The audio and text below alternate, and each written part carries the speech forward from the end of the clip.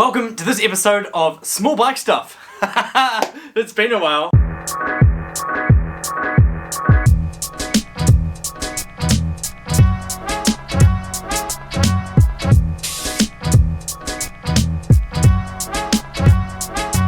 Couple things, let's get this out of the way. Small Bike Stuff still exists. I'm still making content on this channel. However, I needed a massive break, and I've had a massive break, and I'm probably still going to have a big break this year. However, I will throw a few videos out like I promised, and this is the first one. The last video I made about what I'm doing to it now was a year ago on the 13th of May 2021. And today is the 15th of June 2022. So we're 13 months later, and this is the drag build. We're going to be finishing the drag build and getting this thing on the strip. First things first, what have I been... I need a seat. I need to sit down and have a chat. Get me esky. Anyway, sitting down, having a chat. I'll come closer. Hi, how are you? So, towards the end of 2021, I slowed down with my uploads. I did one every single week for 2021, and I released over 50 videos in 2021. It's now 2022, and I think I've released 2 this year on Small Bike Stuff. Why? I have another channel. I've created another channel called Moving Our World. Moving Our World is about anything and everything you could ever imagine, including things like this tuk-tuk. And basically what I'm doing on that channel is making similar style videos to the ones you've seen on Small Bike Stuff, but it's going to be about any form of transportation. If you like what I do and you don't just like motorbikes, please go and have a look at Moving Our World. I've loved this machine. It's been so good to me, and I've used it in a ton of different ways. I've put skinny wheels on it. I've taken the skinny wheels back off again. I think I've gone through like 7 sets of tyres, not because they were worn out, just because I've been trying everything in 17-inch diameter, thin diameter that I could find. At the start of this year, this was my daily commuter. It's got 13,278 kilometers on the clock, and when I got it, it had about 1,200. Throughout a couple of wet days towards the end of summer, I forgot what it was like to ride in the rain, and I came off this thing twice in 2 months at less than 10 kilometers an hour both times. So just going around a little corner in the rain, hit a white line, completely forgot that they exist, boom, off. I scratched up the fairings, which are removed, and I have ruined the heated grip on the left side. So I will be sorting out the fairings in the heated grip, but this video is about the engine. Let's go and have a look at these parts.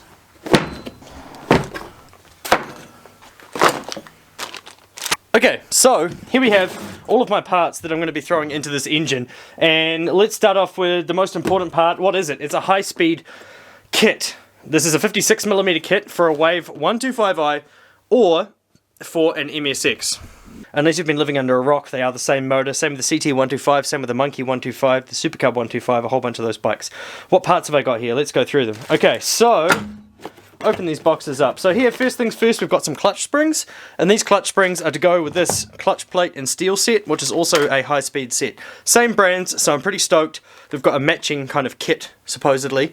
Here, this here is an ECU. This is a Honda Reflashed ECU, except it's not, because I've actually put the reflashed one in the bike already. This is the old one. As you can see, it's super dusty. So I got this reflashed from a guy in Thailand, well, the other one reflashed that's in the bike now, and that runs a way richer tune, which is designed for this. I haven't actually run it in the bike now, because the engine parts aren't there, but I just wanted to see if it would fit. And it does, so that's good. Okay, a whole bunch of random stuff here. What do we got? We have our cam chain tensioner arm. We've got our cam chain roller, we've got our cam chain guide or sprocket, and we've got our cam chain retentioner spring, and we've got our cam chain roller number 2, the end of our cam chain tensioner, the rubber buffer there, and we've got our cam chain tensioner itself. So we've got all of the kind of driveline parts there that after 13,000 Ks, probably a good idea to replace them. They could probably go for another 40,000 Ks, but hey, throw that to the side. A cam. We have a camshaft. This is a high-speed branded camshaft. But as you can see, this high-speed branded camshaft has no bearings on it. So we'll be needing to find some bearings for this thing to make this fit into the engine, basically. I already know what they are, just need to get them. We'll put that to the side.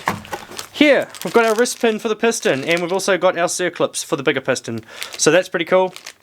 You can see how complete this kit is so far. Aha! And something important, piston rings and your oil ring there. So these things here, super important not to bend them and get them out of shape, and they will be going into this engine for this piston here, and cylinder will put you to the side. Okay, High speed. This is a Honda barrel, I'm pretty sure. Yeah. KYZ124CM. It's actually 143cc, this thing here. This is the piston, as you can see, sticking out the top there.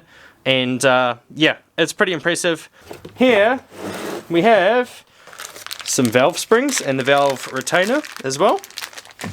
We open this up, we have a race head. So I'm not just doing a big ball kit, I'm doing a bigger head with bigger valves. There you go.